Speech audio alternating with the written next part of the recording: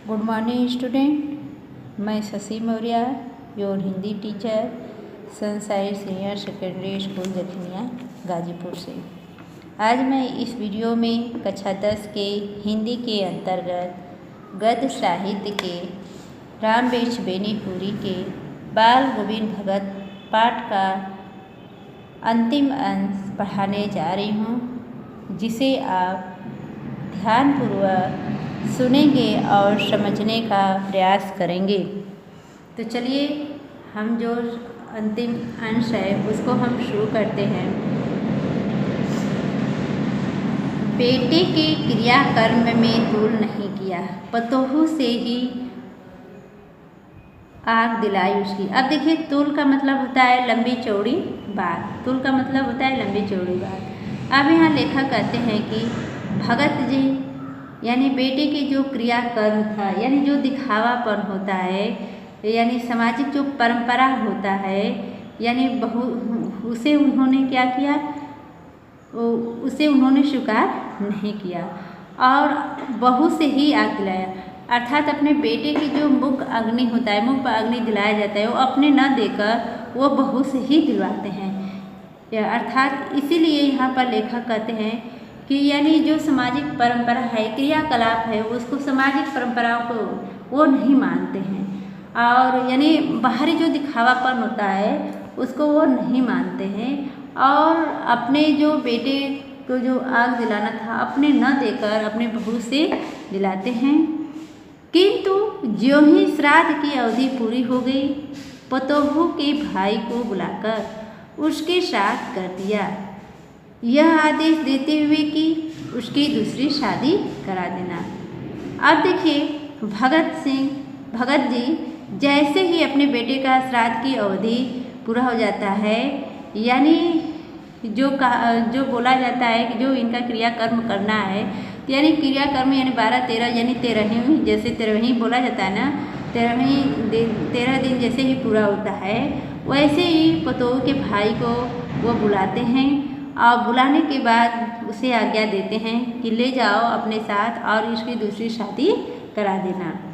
उनकी जाति में पुनर्विवाह कोई नई बात नहीं है, किंतु पतोहू का आग्रह था कि वह यहीं रहकर भगत जी की सेवा बंदगी में अपने वैधव्य के दिन गुजार देगी। वैधव्य मतलब विधवापन। अब देखिए, अब लेखक बताते हैं कि यानी भगत जी के जो जाति में यानी फिर से विवाह करना कोई नई बात नहीं थी, किंतु पतोहू का आग्रह था, किंतु उनके पुत्र वधू का यानी बहू का निवेदन था कि वह यहीं पर रहेगी और भगत जी की पूरी तरह से सेवा सत्कार करेगी और अपना जो विधवापन का जीवन है वह इनके सेवा सत्कार में ही वह बिता देगी। लेकिन भगत जी का कहना था, नहीं, यह अभी जवान है, वासनाओं पर बरबस काबू रखने की उम्र नहीं है इसकी।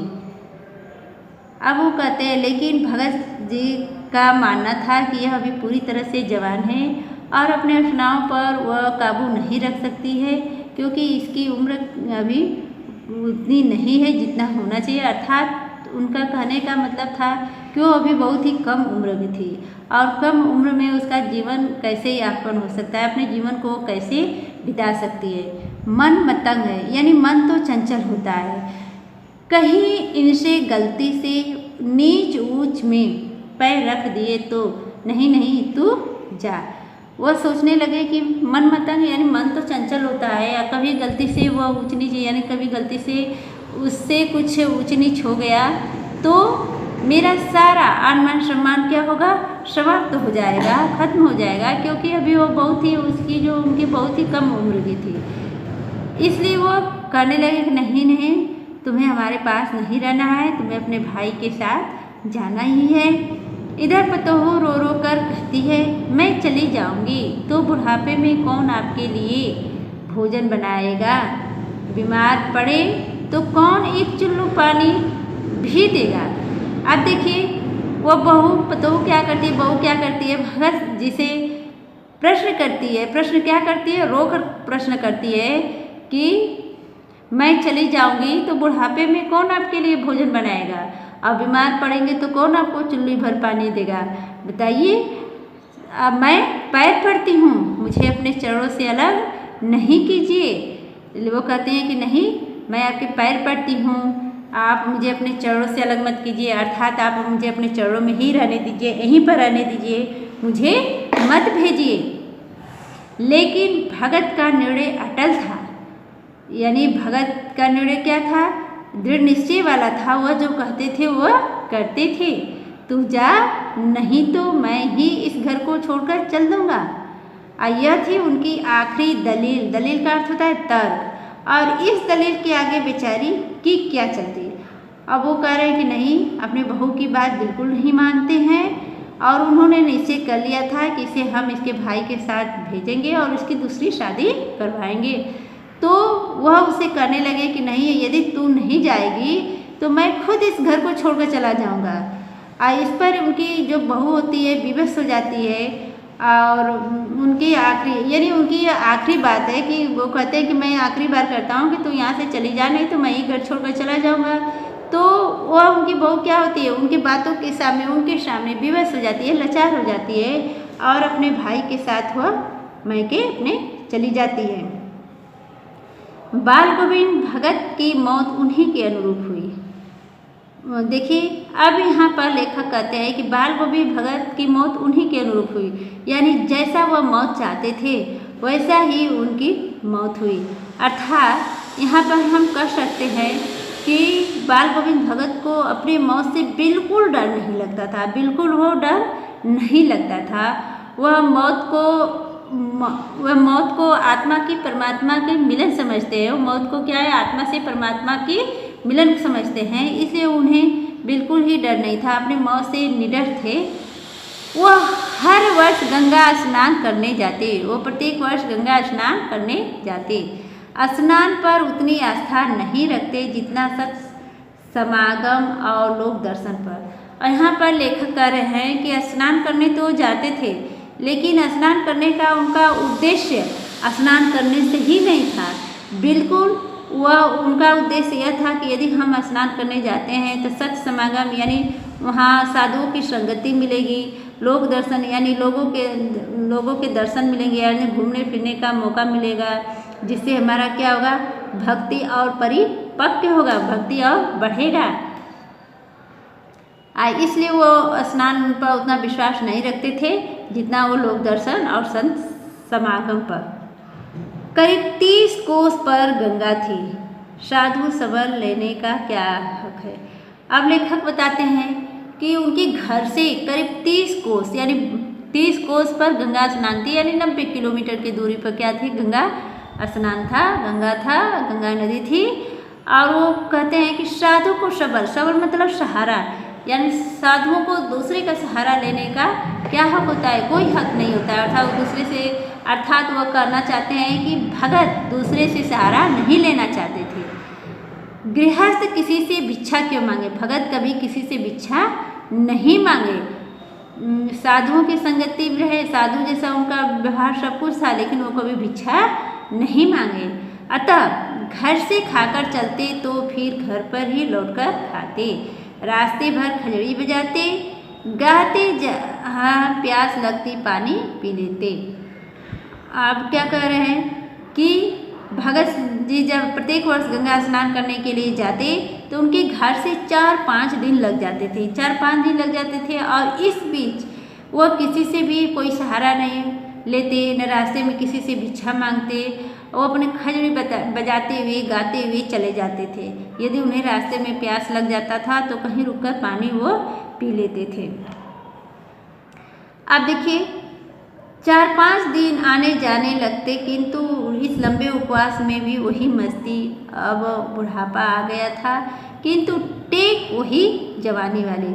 अब क्या लेखक कह रहे हैं कि 4-5 दिन आने जाने में जो गंगा स्नान के लिए लगते थे, तो वो लंबे उपवास हो जाते थे, यानी 5 दिनों के अंदर वो किसी से कुछ नहीं, यानी घर से ही खाकर निकलते थे और घर पर भी आकर खाते थे, यानी रास्ते में वो कुछ भी नहीं खाते थे। यदि उन्हें प्यास लगता था तो कहीं पर रुककर पानी पी लेते थे, लेकिन खाते नहीं थे। तो इसलिए यहाँ पर लेखक कहते हैं कि 5 दिन यानी लंबे उपवास हो जाता था, 5 दिन का उपवास हो जाता था, फिर भी वो बुढ़ापे की स्थिति में भी उसी मस्ती से वह कबीर के पद को गाते हुए चले जाते थे।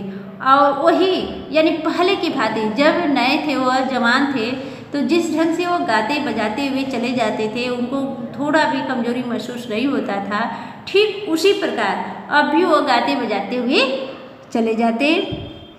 कि इस बार लौटे तो तबीयत कुछ सुस्त थी, खाने पीने के बाद भी तबीयत नहीं सुधरी, थोड़ा बुखार आने लगा। अब लेखक क्या कह रहे हैं कि बुढ़ापे की वजह से जब इस बार उन्हें 4-5 दिन गंगा स्नान के लिए लग गया तो उनकी कुछ तबीयत खराब हो गई आने के बाद, और खाने पीने के बाद भी उनके तबीयत में कुछ थोड़ा भी सुधार नहीं हुआ और बुखार आने लगा। किंतु नेम व्रत तो छोड़ने वाले नहीं थे, किंतु वो नियम से जो पूजा पाठ करते थे उसको वो छोड़ने वाले नहीं थे। वही दोनों जो गीत, स्नान, ध्यान, खेती बाड़ी देखना, लेखक कहते हैं कि उनका नियम व्रत क्या था, वही दोनों समय यानी सुबह और शाम गीत करना, भजन गाना, कबीर के पद को गाना, अर्थात स्नान यानी नहा धो के पूजा पाठ, नहा धो के यानी कबीर के पद को गाते थे, अर्थात पूजा पाठ करते थे, अपनी खेती बाड़ी देखते थे, यानी गृहस्थ का जो जीवन था उसको अपना अपनाते थे, अपने यानी बुढ़ापे की स्थिति में भी अपने क्रियाकर्म को, यानी बीमार थे फिर भी अपने क्रियाकर्म को करते थे। जो क्रियाकलाप था उनका प्रतिदिन का, प्रत्येक दिन का, वह ठीक पहले की ही भांति वो करते थे, जिससे लोग क्या करते थे, उनको देखकर आश्चर्यचकित होते थे। दिन दिन छिजने लगे, यानी दिन प्रतिदिन उनका शरीर क्या कमजोर होता गया। लोगों ने नहाने धोने से मना किया, आराम करने को कहा, और उनकी तबीयत को देखते हुए यानी उनको कमज़ोर होते हुए देखकर लोग उनको शाम सुबह नहाने धोने से मना करने लगे और कहने लगे कि भगत जी आप ये पूजा पाठ को छोड़िए और आप आराम करिए। किंतु हंसकर टाल देते रहे, लेकिन वो क्या करते थे, सबकी बातों को हंसकर टाल देते रहे थे। उस दिन भी संध्या में गीत गाए, किंतु मालूम होता है जैसे तागा टूट गया और माला एक एक दाना बिखरा हुआ है।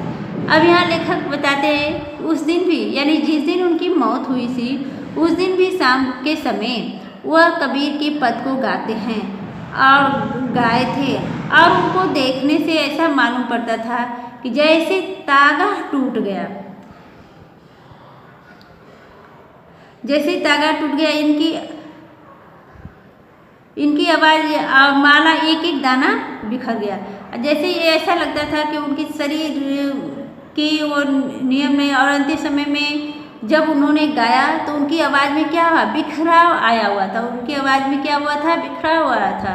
अब भोर में लोगों ने गीत नहीं सुना, और सुबह के समय जब लोगों ने गीत नहीं सुना तो जाकर देखा तो बाल गोविंद भगत सिंह नहीं रहे, सिर्फ उनका पंजर पड़ा है। और तब लोगों ने जब उनके गीत को नहीं सुना तो आकर देखा तो बाल गोविंद भगत इस दुनिया से जा चुके थे, अर्थात उनका सिर्फ ढांचा था, उनका सिर्फ मृतक शरीर ही पड़ा हुआ था। देखिए यहाँ पर जो लेखक हैं वो कहना चाहते हैं कि यानी जब उनकी मृत्यु हुई थी, यानी जिस दिन उनकी मृत्यु हुई थी उस दिन भी शाम के समय वो कबीर के पद थे, गीत जो गाए थे, और गाते गाते ऐसा लगा था कि उनकी आवाज़ में बिखरा हो गया, यानी गाते गाते उनकी आवाज़ क्या हुआ, रुक गया होगा, और रुकने के बाद ही वो उनकी मृत्यु हो गई होगी। और फिर लोगों ने जब सुबह में भोर में उनका गीत नहीं सुना तो सोचने लगे कि आज सुबह सुबह भगत सिंह क्यों नहीं गा रहे हैं। तो ऐसा सोचकर उनके घर जाते हैं, और उनके घर जब जाते हैं तो वो लोग देखते हैं कि भगत सिंह अब जीवित नहीं रहे, सिर्फ उनका जो पंजर है, शरीर का आकार है, ढांचा है, वही सिर्फ पड़ा हुआ है। तो बेटा मैं आपसे उम्मीद करती हूँ कि ये पाठ आपको समझ में आ गए होंगे और अच्छे से आप इसको तैयार करेंगे, रिवाइज करेंगे और अच्छे से इसको पढ़ेंगे। और इसमें से जो भी क्वेश्चन है, जैसे आपको क्वेश्चन इसमें से आ सकता है कि बाल गोविंद भगत की मौत उन्हीं के अनुरूप कैसे हुई, स्पष्ट कीजिए। बाल गोविंद भगत का स्नान करने का क्या उद्देश्य था, बाल गोविंद भगत बाल गोविंद भगत को यानी अंतिम दिनों में भी लोग देखकर अचरज का कारण क्यों मानते थे। इस प्रकार से बहुत से क्वेश्चन इसमें से आ सकते हैं, जिसे आप ध्यानपूर्वक इसको समझकर और अच्छे से इसको तैयार करेंगे। तब तक और इसको हम यहीं पर समाप्त करते हैं। अब हम आपसे नेक्स्ट वीडियो में मिलेंगे। तब तक के लिए धन्यवाद।